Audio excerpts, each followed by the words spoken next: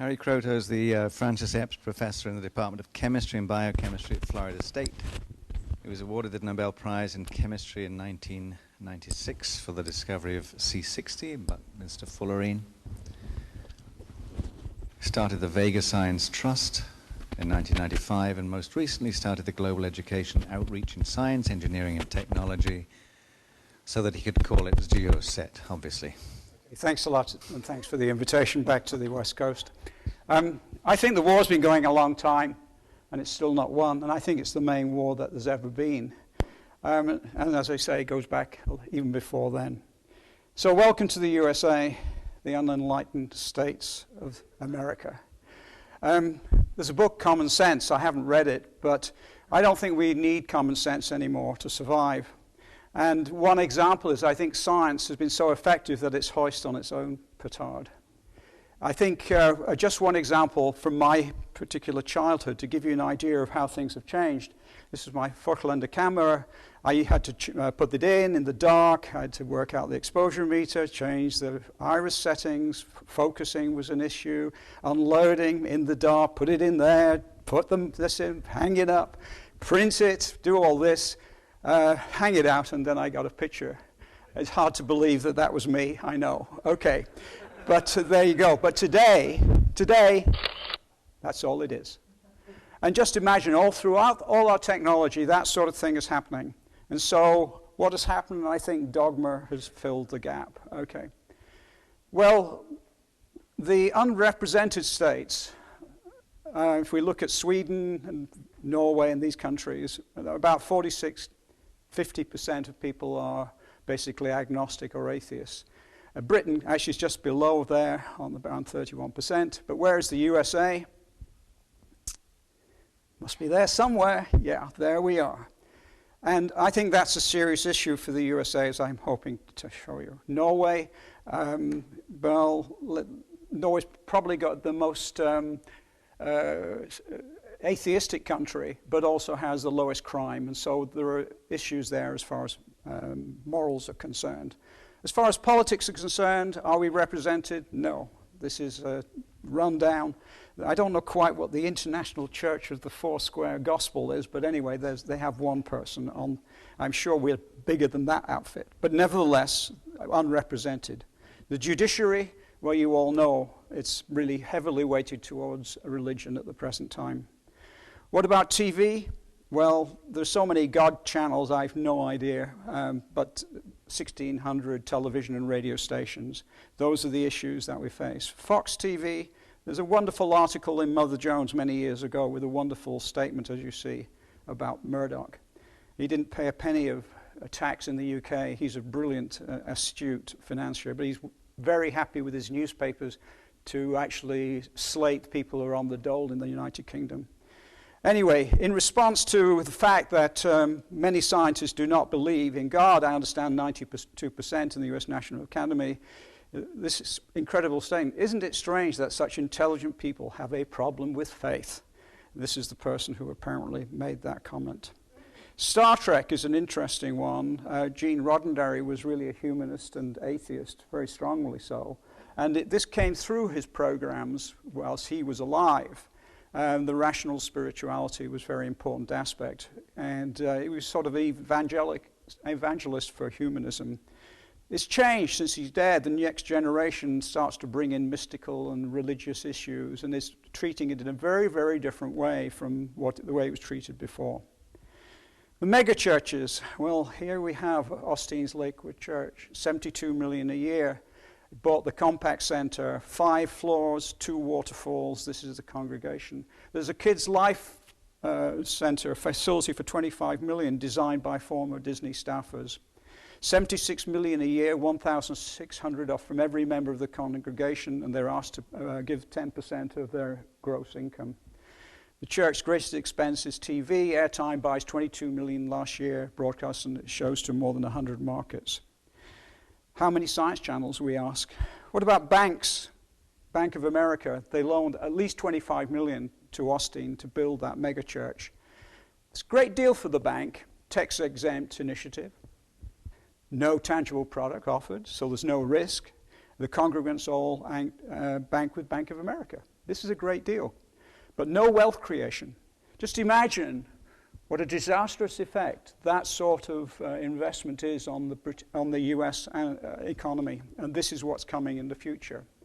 I think everywhere you look, there's a problem. Social infrastructure, Obama's concession to faith-based programs, his willingness to extend unconstitutional faith-based diversion of tax dollars to religious institutions begun by Bush. It's basically religious pandering. And the same is happening in the USA. The undermining of science. Well, let's look at this man, Heller. Okay, Heller in the Times online said that professor wins the prize for a maths link to God. His theories do not so much offer proof of the existence of God as introduce doubt about the material existence of the world around us. Well, here he is getting his money from the Duke of Edinburgh, and he's wondering whether the money is actually in there, I presume. But why it's dangerous is that you see on the website, professor wins a prize for maths linked to God. A Polish priest and mathematician has won the world's richest academic prize for work that shows how maths can offer circumstantial evidence of God. How pathetic. How stingy. I mean, he obviously has got a cell phone to God. Surely he deserves 1.6 billion if he's got his cell phone number. That's a big issue, okay? 1.6 million is trivial if he actually had a mathematical link to God. The Templeton Prize, who's actually making a decision on this? Well, about the big questions, okay? The laws of nature, I think that's what the Nobel Foundation was trying to do in the universe. And questions of nature, love, gratitude, and forgiveness and creativity. That's obviously not necessarily cool. Heller focuses on non-commutative geometry and groupoid theory of mathematics. I know what group theory, but it's probably been grouping and hemorrhoids. I don't know what groupoid theory is. Which attempts to remove the problem of an initial cosmological singularity at the origin of the universe. Well, let's look at who is the judges. Social science and the humanities. His beatitude, patriarch of the Romanian Orthodox Church. Sarah Oakley, professor of divinity. The human genome, Francis Collins, may be a scientist. Professor of philosophy, professor of psychiatry, author, theologian of Templeton Prize winner. Swaminathan, National Commission of Farmers. Are any of these possibly able to judge groupoid theory, mathematics, and these things? Well, maybe Walter Thirring, theoretical physicist. Maybe. Walter Thirring, what do we find? Explores the theological and philosophical implications of 20th century discoveries in physics. Okay, essential reading, apparently. Traces God in the laws of nature. Templeton Foundation Press. Francis Collins, the grim writer. Here we are, The Language of Gods. Well, I think Sam Harris has written and read this book and can tell you a little bit more of what is in that book. Education. Beverly Slough. Some of you may know that I was heavily involved for the National Academy of Sciences in the problem of Florida teaching. Beverly Slough says the standards should be flexible enough for students to seek all points of view and draw their own conclusions. The Academic Freedom Bill, promoted by the Discovery Institute. What she says is anybody with half a brain can see that natural selection takes place. But to make the great leaps from fish to man, the fossil record doesn't support that. Well, maybe it needs a whole brain. You never know. In fact, a science teacher in Florida came out to me when I said this and said, I have you know that I use the whole brain that God gave me. I said, okay, how old is the Grand Canyon? 5,000 years old. Science teacher in Florida. Issues all the way. Florida senators. This fellow, Senator Wise, went to see Expelled over the weekend. How many of you know of the film Expelled? A few of you do. It was a compelling documentary and addresses the crux of what the bill is about. Senate Majority Leader, Senator Webster, on Darwin's theory, he said that the word theory means just a conjecture, a mere scientific speculation. That's the issue we have. Louisiana is down the tube. A number of states have been considering the Academic Freedom Bill, which singles out evolution for special criticism. It was enacted by the signature of Bobby Jindal, and here is Happy Bobby having signed it. Ben Nevis, chief sponsor of the bill, repeatedly denied the scheme is intended to smuggle religion into the classroom. He is a deacon at the Memorial Baptist Church. Maybe, who knows? Well, Margaret and I were heavily involved in this in Florida, and we put an ad in the newspaper pointing out that this girl in 3 weeks was cured in 1942 by penicillin, and that it may return because bacteria are evolving into forms that are resistant to penicillin. The public are, as we heard in the previous talk, really irrational on this issue. They just do not understand it. It's ignorance and irrationality at the same time. I speak with a sort of somewhat English accent. Well, we don't have an accent. You Americans have accents, you know. But I call it evolution. And in fact, they think I was saying evolution about creationism. Well, I'll take that. I wasn't trying to be humorous at the same time. But basically, I love this guy because he seems to have more genes in common with me than these guys seem to have. Well, what about books? I think, I'm not going to go into that. I don't have the time. David Barton's books, he produces a whole load of those. Harun Yahya. How many people know of Harun Yahya? One or two. Just one over the back. He's basically, well, I don't know who he is, what he is, but he's certainly a huge publisher of books. Why Darwinism is incompatible with the Quran. Loads of books all about creationist issues. He appears to be in prison. I don't know whether this is correct, but I'll leave you to look at Google as to why he's in prison, because I'm not sure about it. The Templeton Press is an example also of publishers who are producing large numbers of books, and this is just a routine number of these that actually come through there. They do have books on love and all these other things, but basically the overwhelming weight of them are on books with that on the front page. My favorite is, how large is God? Well, basically the answer is something like that, which is certainly big. The publication catalog that's one page, and there are 8 similar pages of it. Some of you may know that I've been somewhat involved in the UK over the last few weeks in what's called the Rice Affair. The Reverend Rice is an ordained minister who, a year ago, I advised the president that it was not a good idea to have an ordained minister as the director of science education for the Royal Society. He then spoke at the British Association meeting saying that certainly he should be able to discuss creationism in school with children. Now, of course, it's quite correct that you should be able to discuss the origin of the universe and the origin of life in the science lesson. Is a perfectly acceptable one. But the question is, who's going to answer the question?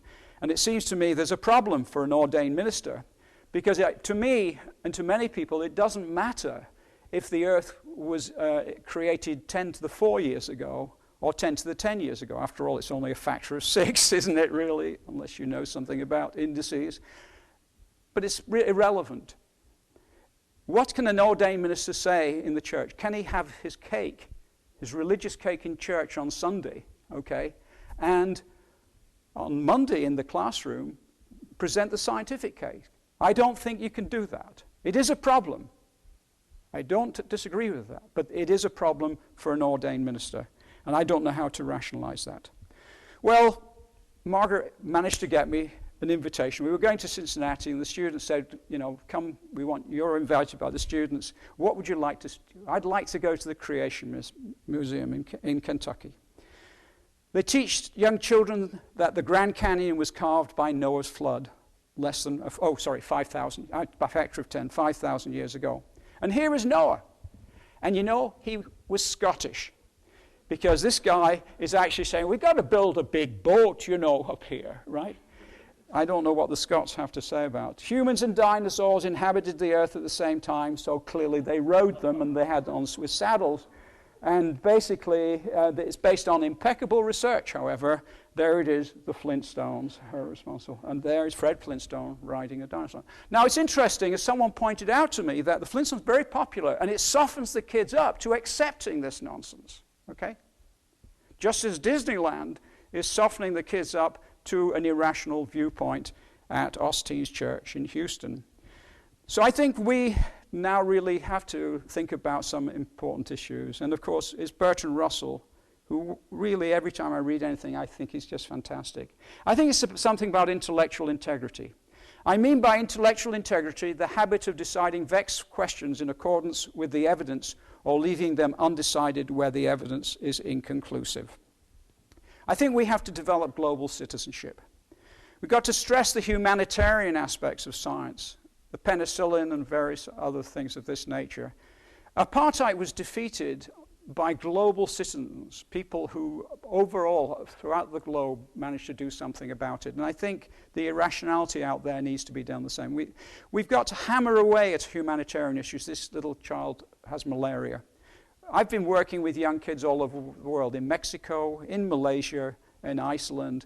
And I think there are organizations like INES who are doing the best they can, basically to try to have a global network of responsibility. And I think they focus on disarmament. I think we've got to make sure that young physicists do not create more efficient bombs. I think chemists should not be making napalm. I don't think engineers should be making better landmines. Those are the things that we have to get involved with. I set up the Vega Science Trust many years ago now to address these problems, and we've made 150 programs, and it's a fantastic website with people like Richard Feynman on it and others as well. But I've set up also in Florida global educational outreach for science, engineering, and technology. I think it really is taking into account new technology, using the internet, capture station technology. Basically, the idea here is to set this website up so that scientists themselves can do the things that they're good at. They can do videos and produce downloadable teaching material on algebra to Florida, downloadable material. We can work from Florida across the world, twice to India now, 6 times to the UK, to Iceland, Venezuela, and San Francisco. I'm hoping that others will do the same from all over the world. That's what we can do, and I think we better do it. If anybody's interested, geoset.info is the site. But it's actually an interesting world, and that is 3 incredible breakthroughs: Wikipedia, YouTube, and Google. And I think we need to look at the dynamics of that very carefully. And what I did think about a few years ago is called the square world, the square where we all come together and discuss these things. And then just a few weeks ago, a young man in Brighton, some of us will recognize Brighton, Steve Lew, "Hey Harry, I'm not sure you remember me, but I'm currently a DPhil at Sussex. You taught me as an undergraduate. I'm interested in the science and religion interface as a consequence of the work of Dawkins, Dennett, Hitchens, and the reason for this email, Sam Harris's work with the Reason Project. I just wanted to say hello and volunteer my service to be involved in any way I can." How many young people there are around the world? And I think the internet, Google, YouTube are the way forwards. Margaret and I just paid for Freethinkers Square, and he's working on this. This is his site, and the things that he wants to work on. I think there's a really good chance that Sarah Palin could be president, and I think that's a really scary thing, because I don't know anything about her. I don't think in 8 weeks I'm going to know anything about her. I know that she was a mayor of a really, really small town, and she's governor of Alaska for less than 2 years. I just don't understand. I think the pick was made for political purposes, but in terms of governance, it's a disaster. You do the actuary tables, you know, there's a 1 out of 3 chance, if not more, that McCain doesn't survive his first term, and it'll be President Palin. And it really, you know, we was talking about it earlier, it's like a really bad Disney movie. You know, the hockey mom, you know, "Oh, I'm just a hockey mom from Alaska, and she's the president," and it's like she's facing down Vladimir Putin and, you know, using the, you know, the folksy stuff she learned at the hockey, you know, rink. You know, it's just, it's absurd. It's totally absurd, and I don't understand why more people aren't talking about how absurd it is. It's a really terrifying possibility. The fact that we've gotten this far and we're that close to this being a reality is crazy. Crazy. I mean, did she really? I need to know if she really thinks dinosaurs were here 4,000 years ago. That's an important, I want to know that. I really do, because she's going to have the nuclear codes. You know, I want to know if she thinks dinosaurs were here 4,000 years ago, or if she banned books or tried to ban books. I mean, you know, we can't have that. These kids, if we can link them together, can pull together that sort of rational, that sort of precise incision into the stupidity of what's going on at the present time. And we're trying to work on that. Just 2 things. Enron's big mistake. They promised payback in this life. What a bunch of dummies they were. I mean, basically, I end this one because I do think this is my favorite poster. I'm an alien creature. I was sent from another planet with a message of goodwill from my people. The message says, "Dear Earth people, when you finally at last destroy your planet and have no place to live, you can come and live with us. And we will teach you how to live in peace and harmony. And we will give you a coupon good for 10% off all deep dish pizzas to, sincerely, Bob." The three issues: destroy your planet, peace and harmony, but I suppose the main thing is the deep dish pizzas. Okay, at least he's got a sense of humor. Thanks a lot.